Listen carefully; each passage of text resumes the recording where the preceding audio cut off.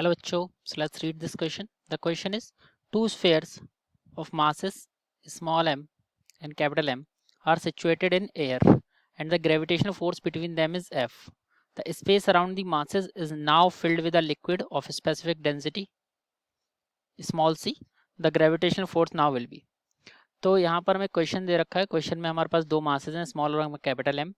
ठीक है, वो एयर में रखे हुए हैं पहले, तो उनके बीच में फोर्स लग रहा था, वो लग रहा था कैपिटल एफ. अब जब हम लोगों ने इन दोनों मासेस के बीच में एयर की जगह पे क्या किया, एक लिक्विड फिल कर दिया है जिसकी स्पेसिफिक डेंसिटी सी है, तो बोल रहे हैं अब इनके बीच में कितना फोर्स लगेगा. सो लेट्स राइट आवर की कंसेप्ट. फिर चार ऑप्शंस दे रखे हैं उसको लेके जो भी फोर्स लगना चाहिए. सो आवर की concept in this is the formula for universal law of gravitation which is given by F is equal to capital G into M1 into M2 upon R square. यहाँ पर M1 और M2 हमारे दोनों bodies के मास हैं. Capital G है universal gravitational constant और R है दोनों के बीच का सेपरेशन.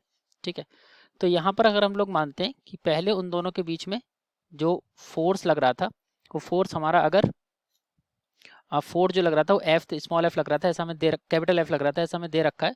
तो उन दोनों के बीच में अगर आर डिस्टेंस थी, ठीक है, so if we suppose that this small m and capital small r and capital R, they were small m and capital M, they were separated by a distance of r. This is small m and capital M, they were separated by a distance of r.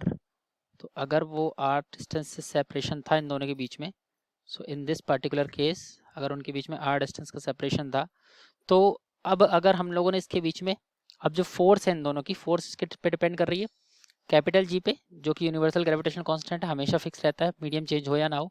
M1 और M2, तो यानी कि इन दोनों के बीच में पहले force कितनी लग रही थी, पहले फोर्स इन दोनों के बीच में लग रही थी, इन दोनों के बीच में पहले जो फोर्स लग रही थी capital F, it was capital G into small m into capital M upon small r का स्क्वायर.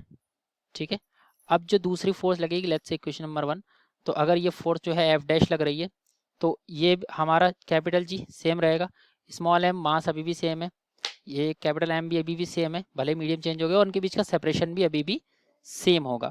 तो you can see clearly from equation 1 and 2 that is capital F it is equal to the small F, capital F is equal to capital F dash.